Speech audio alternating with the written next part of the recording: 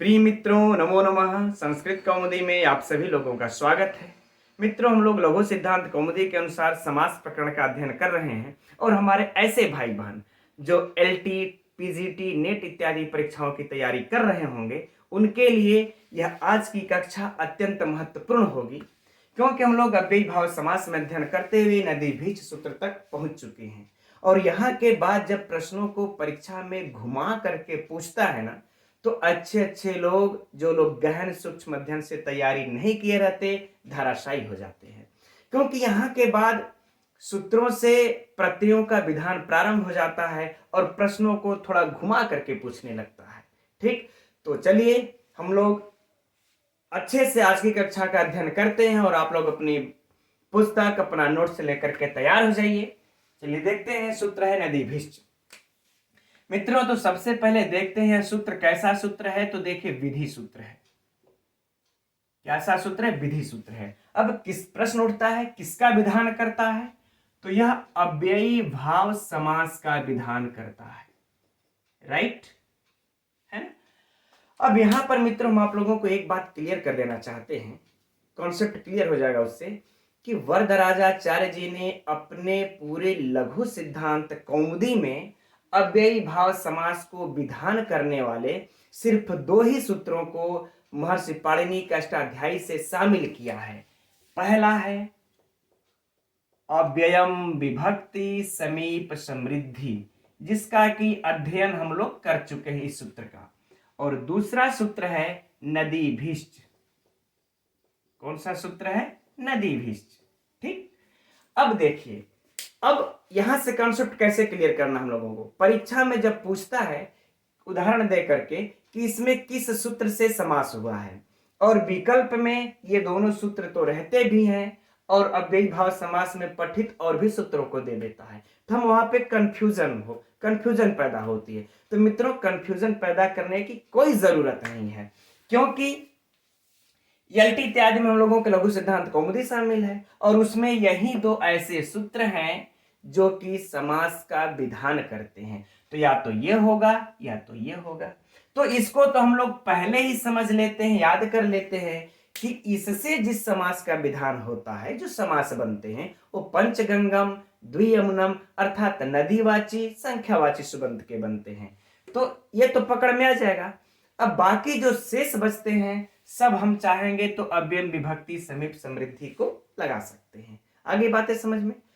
अब बाकी एक ऐसा बस है, एक ऐसा उदाहरण जो कि इन दोनों सूत्रों से समास नहीं होता है, वह आज की कक्षा में हम लोग देखेंगे। वह जैसे 7 अन्य और भी सूत्र हैं पठित महर्षि पाणिनि के अष्टाध्यायी में, जो कि अव्ययी भाव समास का विधान करते हैं, इस अव्ययी भाव समास का, लेकिन उससे वरदराजाचार्य जी ने अपने लघु सिद्धांत कौमुदी में शामिल नहीं किया है। लेकिन आज की कक्षा में वह उदाहरण इसमें शामिल है, तो उसको हम यथास्थान इंगित करके हम लोग नोट कर लेंगे किस सूत्र से समास हुआ है, ताकि अगर परीक्षा में इससे भी प्रश्न पूछे तो हम लोगों का गलत ना हो। फिर पूछो कहां से देखते हैं, पूछते हैं। ठीक, अब आइए, ये चीज तो आप लोगों को कॉन्सेप्ट क्लियर हो गया। चलिए अब हम लोग देखते हैं यह सूत्र कह क्या रहा है। तो यह सूत्र कह क्या रहा है नदी भीष्ट, कि संख्यावाची सुबंतों का, एकदम सरल शब्दों में समझते हैं, लिख करके समझा देते हैं। अच्छा, संख्यावाची सुबंत, सुप जिसके अंत में हो ऐसे शब्द का जब नदीवाची सुबंत के साथ जब आएंगे तो क्या हो जाएगा? तब समास होगा। और वह समास किस जो है कि समाहार अर्थ में होगा। समाहारे चाहे मिश्यते भाष्य में जो आया है, इसके अनुसार यह किससे होगा? समाहार अर्थ में होगा। राइट मित्रों, अब समझ लीजिए कि जब भी हम साहित्य लिखेंगे या कोई ग्रंथ लिखते हैं या बोलते हैं, तो यदि संख्यावाची सुबंत आता है उसके बाद नदीवाची सुबंत। अब हम इसका अलौकिक जो लौकिक विग्रह होता है उसी को उदाहरण से देख लेते हैं हम लोग। आप एकदम सरल शब्दों में देखिए, पंचानाम, गंगा नाम, समाहार। ठीक, अब मान लेते हैं हम लोग कोई भी साहित्य या ग्रंथ लिख रहे हैं या बोल रहे हैं संस्कृत, अब वहां पे यह पंचानाम, देखिए सीधे स्पष्ट है, ये संख्यावाची सुबंत है ना पंचानाम, ये नदीवाची सुबंत है ना गंगा नाम, ठीक। तो अब यहां पर जब इस तरह से आ जाए तो हम लोगों को क्या करना है, समास कर देना है। क्या करना है, समास कर देना है। इस तरह से बोलना नहीं है या इस तरह से लिखना नहीं है। जब समास कर देंगे तो क्या बन जाएगा, पंचगंगम, ठीक। आगे बातें समझ में ना। अब बात हुआ कि जो पंचा नाम गंगा नाम से जब ये पंचगंगम जो बन जाता है, यह किस तरह से बनता है, तो यह मित्रों हम लोगों का कौन सा विग्रह है, यह लौकिक विग्रह। यह कौन सा विग्रह है, लौकिक विग्रह इस पंचगंगम का। अब हम लोग अलौकिक विग्रह से अब यह देख लेते हैं कि यह पंचा नाम गंगा नाम यह पंचगंगम से कैसे बनता है, इससे यह पंचगंगम कैसे बन जाता है, ठीक। अब देखिए, तो इसका जब हम लोग अलौकिक विग्रह करेंगे तो क्या हो जाएगा, पंचन आम, ठीक, चूंकि बहुवचन है, ठीक है, तो आम लगा देंगे, पंचन आम, फिर गंगा आम, यह बातें हो गई, ठीक है ना। अब बाकी इसमें प्रक्रिया वही होगी जो कि हम लोग पढ़ते आ रहे हैं, इसमें सिर्फ एक जगह डिफरेंट होगा, उसको हम लोग पढ़ लेते हैं, बाकी सबको तो उसी तरह से हम बोल करके निकल लेते हैं। अब यहां पर बात ये आएगी कि इसमें से किसका पूर्व में प्रयोग होगा, है ना, ये पंचन होगा कि गंगा होगा, इसमें से किसको रखेंगे, तो जिसकी उपसर्जन संज्ञा होगी उसको रखेंगे। अब उपसर्जन संज्ञा उसे की होगी, प्रथमा निर्दिष्टम समासम उपसर्जनम, कि जो प्रथमा से निर्दिष्ट होगा वही।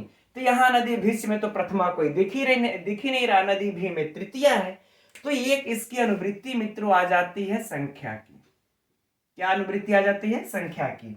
तो जब यहां पर संख्या की अनुवृत्ति आ जाती है तो यह प्रथमा से निर्दिष्ट है। तो अब हम इसमें देखेंगे कि कौन संख्यावाची शब्द है, तो पंचन है, तो यह इसकी अब उपसर्जन संज्ञा हो जाएगी, क्योंकि यह प्रथमा से निर्दिष्ट है। जब उपसर्जन संज्ञा हो जाएगी तो उपसर्जनम पूर्वम से इसका पूर्व प्रयोग होकर के सेम यही रह जाएगा, ठीक। बाकी प्रक्रिया सेम वही होगी, कृत तद्धिति समासास्य सूत्र से, है ना, बस थोड़ा थोड़ा इंगित कर देते हैं क्योंकि चर्चा तो हो चुकी है। कृत तद्धिति समासास्य सूत्र से इसकी जो है कि ये प्रातिपदिक संज्ञा, फिर सुपो धातु प्रातिपदिकयो सूत्र से क्या हो जाएगा, इन दोनों का लोप, आम आम का सुप का लोप। जब सुप का लोप हो जाएगा क्या बचेगा, और जो लोग मित्रों अगर इस सिद्धि को नहीं देखे होंगे वह पूर्व की वीडियो को देख लेंगे, पूर्व की कक्षा की, तो समझ में आ जाएगा, ठीक।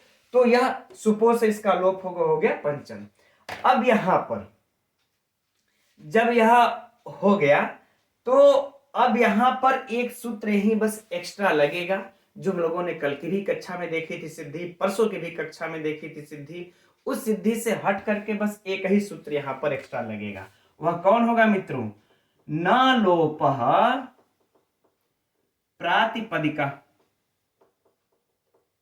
प्रातिपदिकांतस्य, है ना, न लोपः प्रातिपदिकांतस्य, अर्थात न का लोप हो जाता है अगर प्रातिपदिक के अंत में न आता है। तो यह सूत्र क्या कहता है, यदि कोई प्रातिपदिक हो उसके अंत में यदि न आ जाता है तो उसका लोप कर देते हैं। तो यह भी तो प्रातिपदिक है ना, तो जब प्रातिपदिक है यह, तो फिर इस सूत्र के द्वारा हम न का लोप कर देंगे, और जब न का लोप कर देंगे तो क्या बच जाएगा, पंच धन गंगा। क्या हो जाएगा, पंचधन गंगा। और जब पंचधन गंगा हो गया तो हम इसको जोड़ देंगे, क्या हो जाएगा, पंच गंगा, राइट।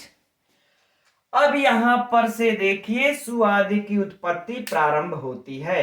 अब यहां से लेकिन फिर एक सूत्र आ जाता है जो अव्ययी भावश्च, जो की चर्चा पहले हम लोग हो चुकी है।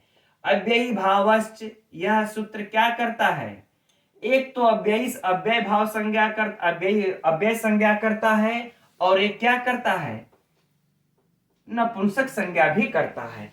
तो इस अव्ययी भाव सूत्र के द्वारा हम लोग इसकी क्या कर लेंगे, नपुंसक संज्ञा हो जाएगी। जब इसकी नपुंसक संज्ञा हो जाएगी तब फिर से अगला सूत्र आ जाता है हरस्वो नपुंसके,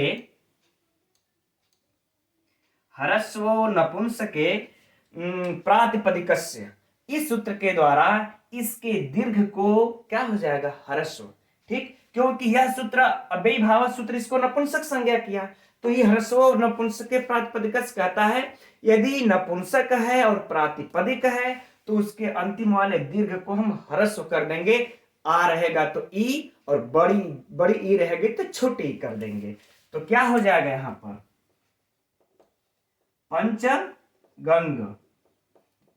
ठीक, अब इसके बाद हम सु आदि की उत्पत्ति कर लेंगे। फिर हमारा जो है कि अब सु का अव्यादाप सुपह से लोप प्राप्त होता है, लेकिन उसका कौन निषेध कर देगा, है ना, यह निषेध कर देगा नाव्ययी भावदतोऽम तो पंचम्या। सूत्र से निषेध करके सु ही रह जाएगा। ठीक, क्या रह जाएगा, सु ही रह जाएगा। और फिर उसको उसी सूत्र से सु को अम आदेश करके सु को अम हो जाएगा और क्या हो जाएगा, पंचगंगम। आगे बातें मित्रों समझ में।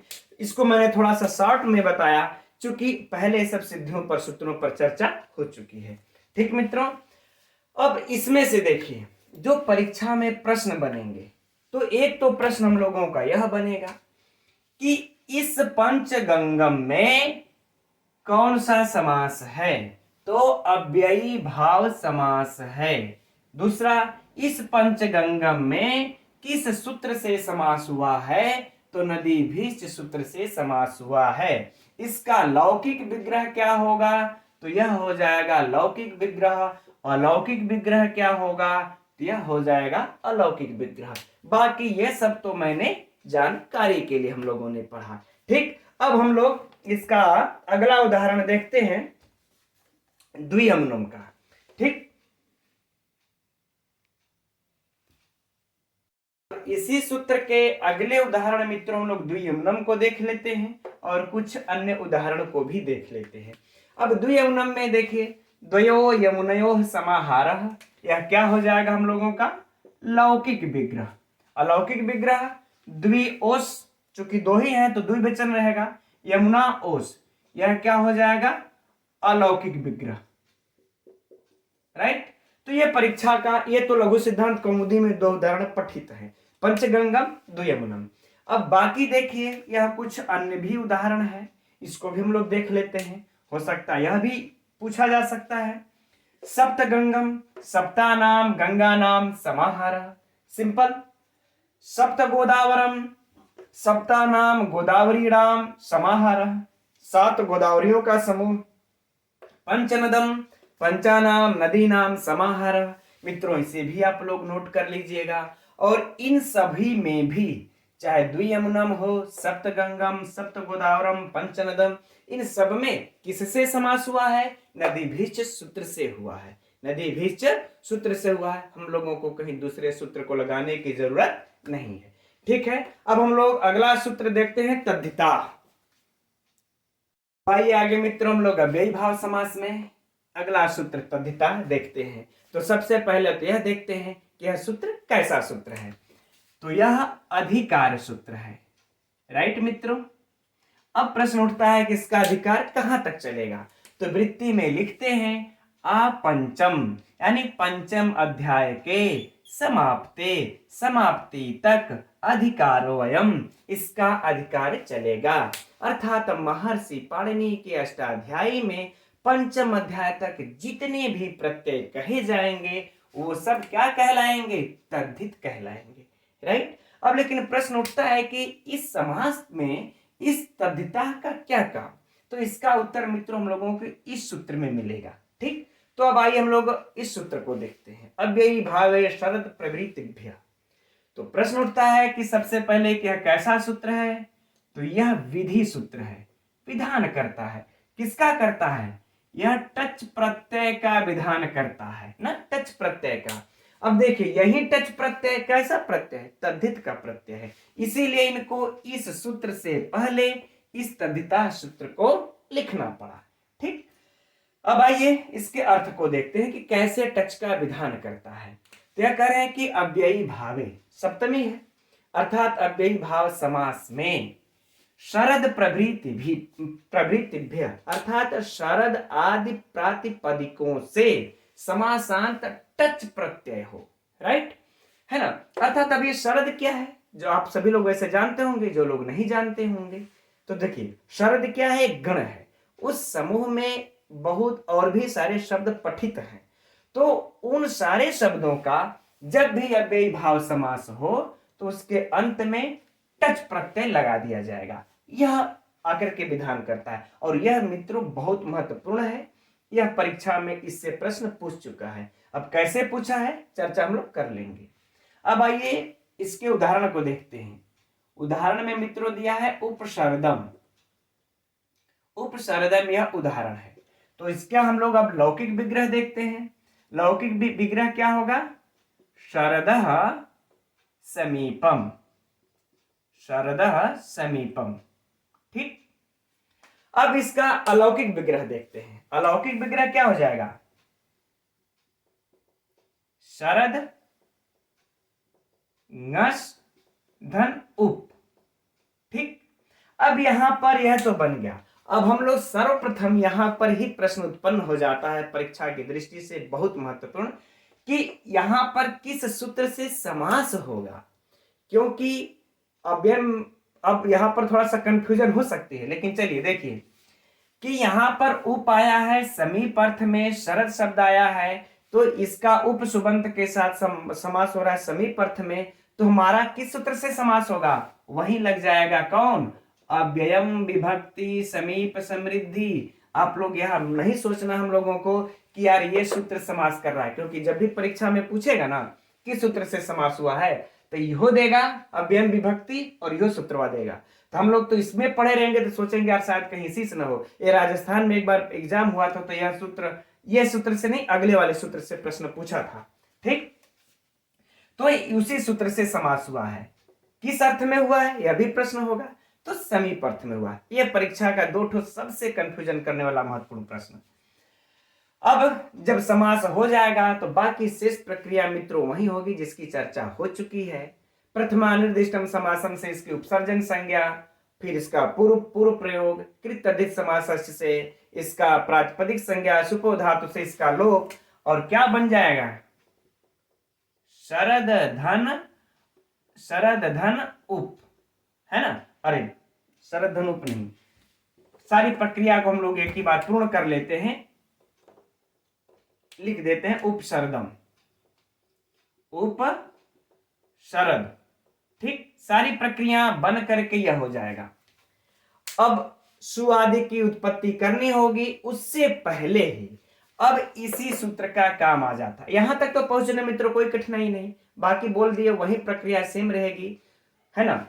अब इस सूत्र से यहां पर टच प्रत्यय कर दिया जाएगा। अब यह सूत्र आकर कहे ना, यह उप रहा और यह शरद रहा, यहां पर अव्ययी भाव समास हुआ, तो कहा अब हम समासांत टच प्रत्यय का विधान करते हैं। अब यहीं से प्रश्न पूछ देगा कि इस उपशरद धन टच में यह टच प्रत्यय का विधान किस सूत्र से हुआ है, तो अव्ययी भावे शरद प्रभृतिभ्य सूत्र से हुआ है। जब टच का विधान कर जाएगा तो आप लोग जानते होंगे, च का हलंत्यम से ट का चूटू से लोप हो करके क्या बचेगा, अ जब बच जाएगा तब इस यह अ क्या होगा, इस द में आकर के मिल जाएगा, तो क्या हो जाएगा, उपशरद। अब क्या बन गया, उपशरद। अब बाकी की आगे की प्रक्रिया सेम वही होगी, सुवादि की उत्पत्ति होगी, सुपो अव्यादाप सुपा से इसका लोप होगा, फिर नाव्ययी भाव दतुअम तो पंचम्या सूत्र आकर के यहां पर सु लोप का निषेध करके सु को अम आदेश कर देगा, अम आदेश करके अमी पूर्व से पूर्व रूप होकर के क्या बन जाएगा, उपशरदम। राइट, सिद्ध हो गया ना। अब देखिए जो परीक्षा की दृष्टि से इसमें से जो प्रश्न पूछे जाएंगे, अब उस पर एक दृष्टि डाल लेते हैं, फिर अगला उदाहरण देखेंगे। उपशरदम में किस सूत्र से समास हुआ है, तो अव्ययम विभक्ति समीप समृद्धि से। ठीक, किस अर्थ में हुआ है, तो समीप अर्थ में हुआ है। दूसरा प्रश्न, और अगला प्रश्न, उपसर्दम में किस सूत्र से टच प्रत्यय का विधान हुआ है? तो अव्ययी भावे शरत प्रवृत्तिभ्यः, इस सूत्र से टच का विधान हुआ है। यही 3 प्रश्न मित्रों इससे परीक्षा में बनेंगे, चौथा प्रश्न बनेगा ही नहीं। ठीक, अब इसका हम लोग एक अगला उदाहरण है उसको भी देख लेते हैं। अब इसका जो अगला उदाहरण है मित्रों वह है प्रतिविपासम। इसी सूत्र की, इसी उदाहरण की हम बात कर रहे थे मित्रों, जो कि अगर पूछ देगा किस सूत्र से इसमें समास हुआ है, तो यही एक ऐसा उदाहरण अव्ययी भाव समास में पठित हम लोगों को लघु सिद्धांत कौमुदी में, कि जिसमें कि इन दोनों सूत्रों से अव्यय विभक्ति और नदी भीष्ट सूत्र, इन दोनों से हट करके उससे समास होता है अलग सूत्र से, और वह इस लघु सिद्धांत कौमुदी में पठित नहीं है। तो अगर यह पूछेगा तो हम लोग कंफ्यूज होंगे, इसलिए इसको जरा ध्यान से देख लीजिए। प्रतिविपासम, यह प्रतिविपासम अर्थात इसका जब हम लोग लौकिक विग्रह करते हैं तो विपासम प्रति, विपासम प्रति क्या हो जाएगा? व्यास नदी के सम्मुख। क्या हो जाएगा? विपासम मतलब किसको बोलते हैं? व्यास नदी, व्यास नदी के सम्मुख। ये जब ये विपासम जो शब्द है ना मित्रों, ये शरद गण में पठित, तो शरद के बाद इसका दूसरा ही नंबर आता है, जैसे कि शरद, विपास, अनास और क्या है, मना, सुपाना, ये सब सारे जो शब्द हैं यह शरद गण में ही पठित है। तब इनके साथ देखिए समास हो रहा है। अब यहां पर जो इसका अलौकिक विग्रह देखते हैं। अब अलौकिक विग्रह क्या हो जाएगा? विपास अम, विपास अम धन प्रति, विपास अम धन प्रति। अब यहां पर देखिए समास प्रश्न उठेगा किस सूत्र से हुआ है। तो देखिए यहां पर सम्मुख अर्थ में, अभिमुख अर्थ में समास हो रहा है प्रति का, ठीक है ना। तो जरा सोचिए, हम लोग जो वो वाला सूत्र पढ़े हैं अव्यय विभक्ति समीप समृद्धि, उसमें तो 16 अर्थों में यह क्या सम्मुख अर्थ है? कहीं अभिमुख या सम्मुख अर्थ में कहीं समास हुआ है अव्यय का? नहीं हुआ है। तो इसलिए हम लोगों को अब इस समास में अव्यय विभक्ति समीप समृद्धि वाला सूत्र काम नहीं करेगा, और नदी भीष्ट सूत्र तो ऐसे भी काम नहीं करेगा। तब कौन सा सूत्र यहां पर काम अब करेगा मित्रों? तो इसके लिए एक सूत्र आता है, लक्षणेनाभि, लक्षणेनाभि अभिमुखे, लक्षणेनाभि प्रति, प्रति अभिमुखे, है ना। यह सूत्र आ जाता है। यह क्या कहता है सूत्र? यह जो कि अष्टाध्यायी में पठित है लघु सिद्धांत कौमुदी में, उसको वरदराजाचार्य जी ने नहीं लिखा है। करें कि लक्षणेनाभि प्रति, यानी कि लक्षण अर्थ में अभि और प्रति का अभिमुख अर्थ में, है ना। अभि और प्रति दो बोले ना, अभि और प्रति, इन दो अव्ययों का अभिमुख अर्थ में समास होता है। तो अब अभिमुख अर्थ में इन्होंने एक अलग से विधि सूत्र बताया है। अब अभिमुख अर्थ तो उसमें है ही नहीं है, तो यहां पर प्रति का अभिमुख अर्थ में इस विपास अम सुबंत के साथ समास हुआ है। आगे बातें समझ में ना।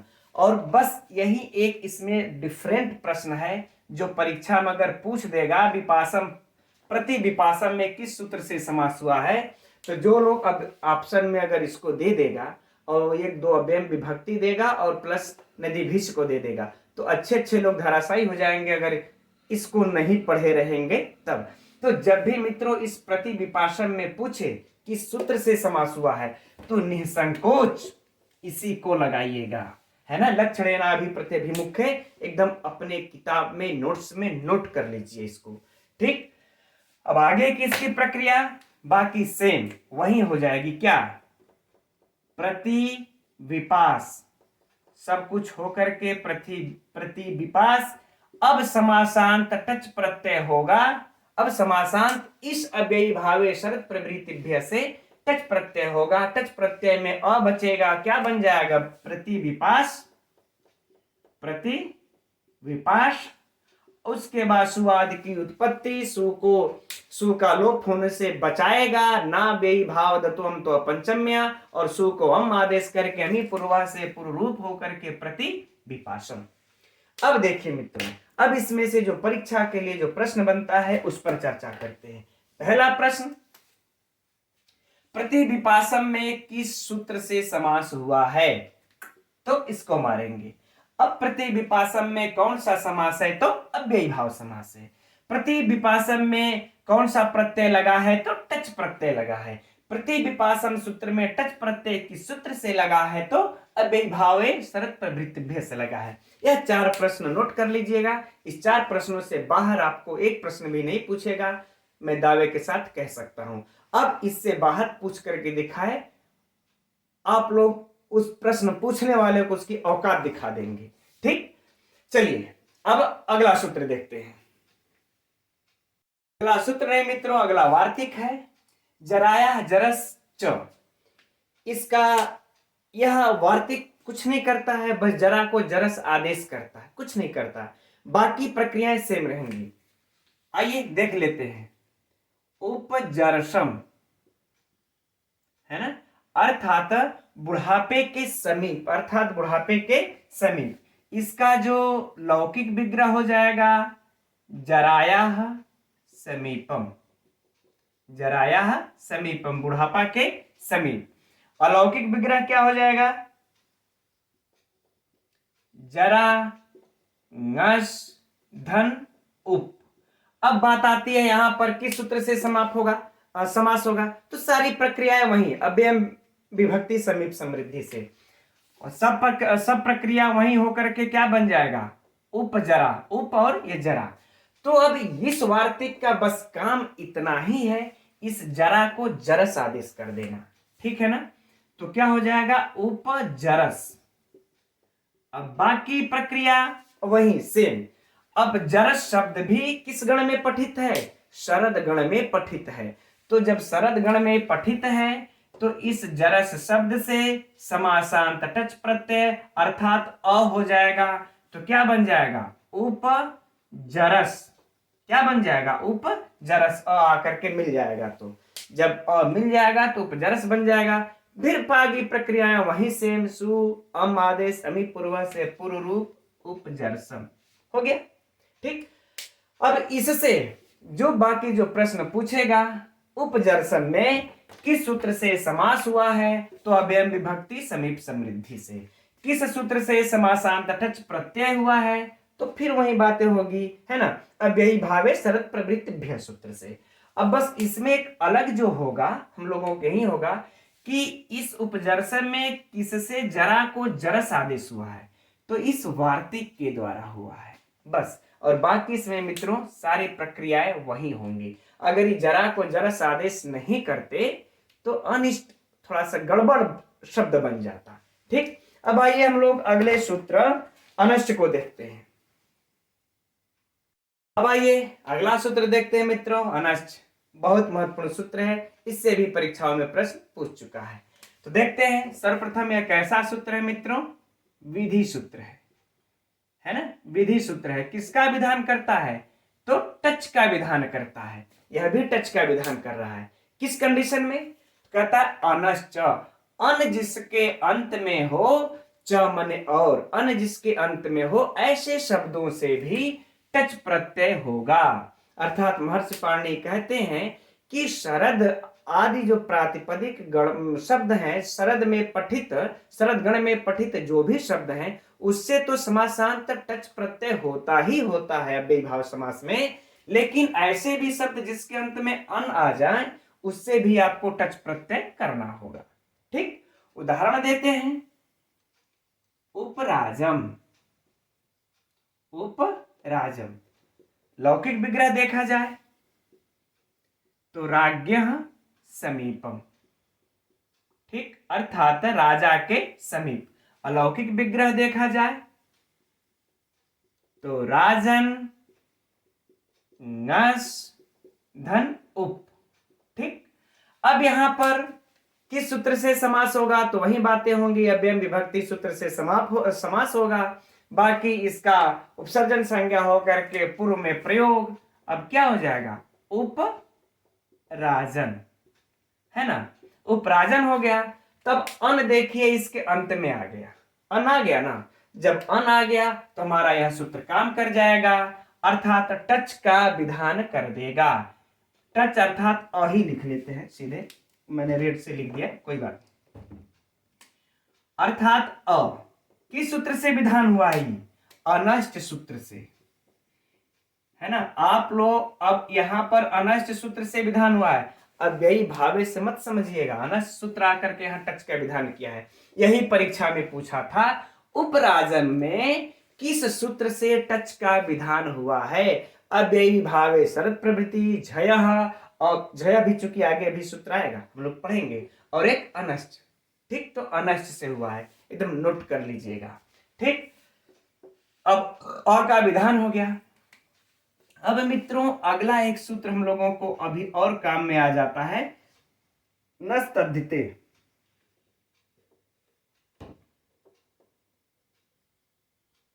नस्तद्धिते, ठीक। अब यह सूत्र आकर के क्या कहता है?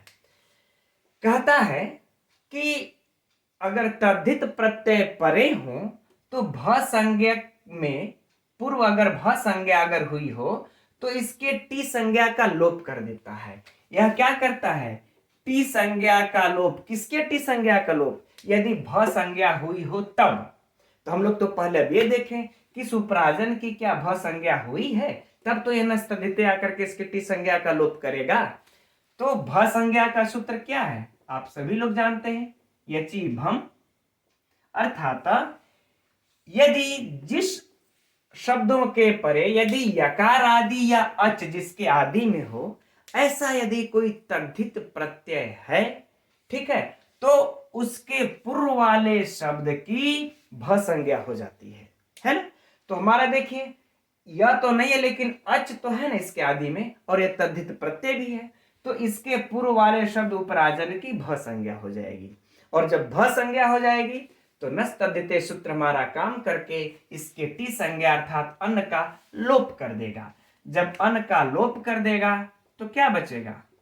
उपराज, उपराज धन अ। अब तो यही बचेगा। अब हम मिला देंगे, क्या हो जाएगा? उपराज, और इधर आ जाएगा तो पूरा ज हो जाएगा। अब बाकी आगे की प्रक्रिया सेम वही, सु की उत्पत्ति, जो उसका निषेध, ना वाला सूत्र आकर के, ठीक है, क्या कर देगा? सु, सु को अम आदेश होकर के उपराजम बन गया। अब इससे जो मित्रों परीक्षा में जो प्रश्न पूछेगा वह यही प्रश्न होगा कि उपराजम में किस सूत्र से समास हुआ है? तो अव्यय विभक्ति समीप समृद्धि। अब किस अर्थ में हुआ है? तो समीप अर्थ में हुआ है। इस सूत्र में किस सूत्र से समासांत टच प्रत्यय हुआ है? तो अनष्ट सूत्र से हुआ है। इसके अलावा इससे चौथा प्रश्न नहीं पूछेगा, एकदम नोट कर लीजिए। ठीक, अब आइए हम लोग अगला सूत्र देखते हैं। अब देखिए जो अगला सूत्र है नपुंसकादन्यत्रस्याम, यह सूत्र क्या कह रहा है? यह भी विधि सूत्र ही है, विधान ही कर रहा है, टच का विधान कर रहा है, लेकिन विकल्प से विधान कर रहा है ना। यह भी टच का विधान कर रहा है विकल्प से। कैसे?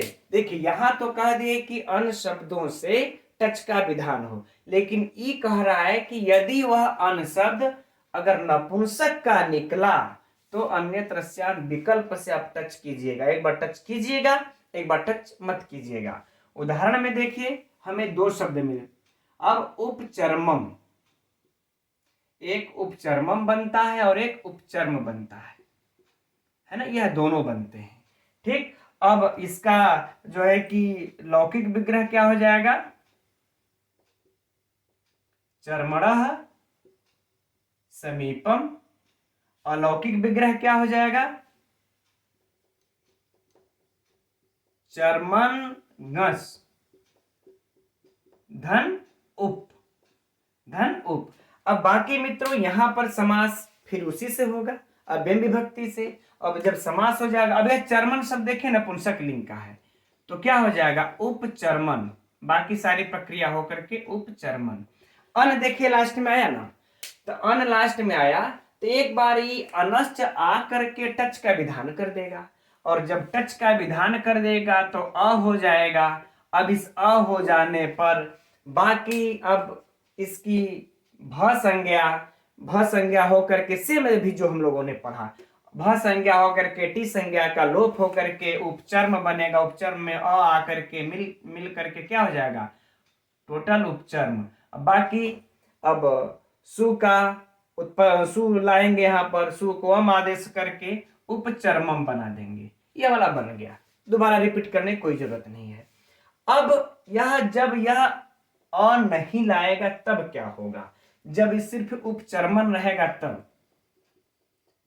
अब देखिए उपचर्मन ही रह गया, अब यहां पर अ का विधान नहीं करना है।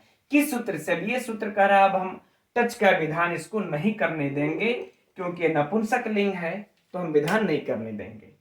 अब क्या होगा इसमें, तो अब वही प्रक्रिया होगी कि सु आदि का उत्पत्ति होगा, जब सु आदि का उत्पत्ति होगा तब व्यादाप सुपा से इसका लोप हो जाएगा, तो क्या बच जाएगा, सिर्फ उपचर्मन। चर्चा पहले हो चुकी है, उपचर्मन। अब उपचर्मन में भी इस न का न लोप प्रातिपदिकस्य सूत्र से, है ना, क्या हो जाएगा, लोप। किसका, इस न का। जब इस न का लोप हो जाएगा तो क्या बच जाएगा, उपचर्म। ठीक, तो यह दो रूप बनते हैं। अब इसमें जो है अगर पूछेगा तो बाकी सब वही प्रश्न होंगे जो हम लोगों ने भी चर्चा किया। ठीक, अब आइए हम लोग अगला सूत्र देखते हैं और अंतिम सूत्र। अब मित्रों इस अव्ययी भाव समास का अंतिम सूत्र देखते हैं, झय, और अंतिम भी है महत्वपूर्ण भी है। यह कैसा सूत्र है, विधि सूत्र है, राइट। किसका विधान करता है, टच का विधान करता है, लेकिन विकल्प से करता है। एक बार टच करेगा, एक बार टच नहीं करेगा। और क्या कंडीशन ये रखता है, तो कहता है कि झय अंत वाले शब्दों के साथ जब अव्ययी भाव समास होगा तो उसके अंत में टच प्रत्यय होगा विकल्प से। ठीक, अर्थात ऐसे शब्द जिनके अंत में झय हो और उनका अव्ययी भाव समास होता हो तब विकल्प से टच करेंगे। उदाहरण देते हैं, उपसमिधम और उपसमित दो बनता है, उपसमिधम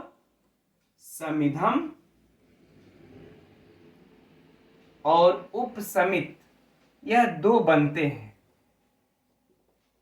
इसके उदाहरण है ना, समिधम और उपसमित, अर्थ क्या हो जाएगा, समिधा के पास। अब हम लोग इसका लौकिक विग्रह देख लेते हैं। लौकिक विग्रह हो जाएगा इसका,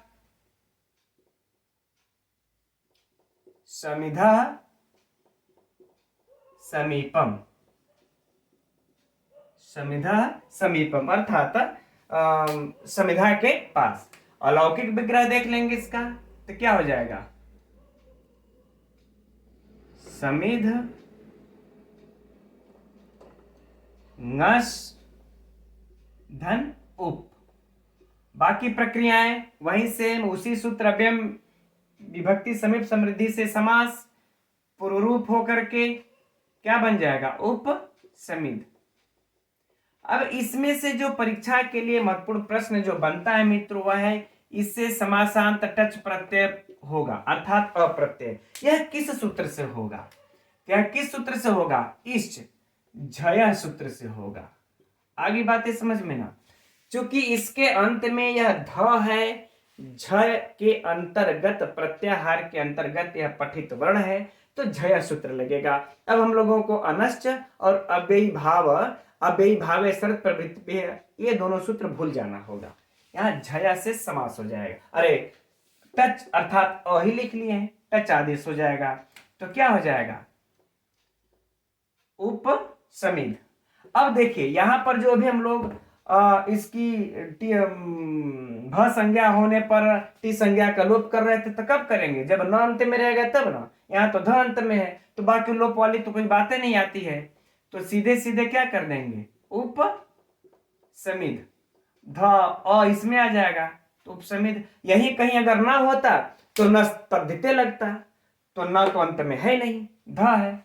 अब अ आ गया तो उपसमिध हो गया। फिर से वही बाकी प्रक्रियाएं अमी पूर्वा से पूर्वरूप होकर के उपसमिधम बन गया, सरल।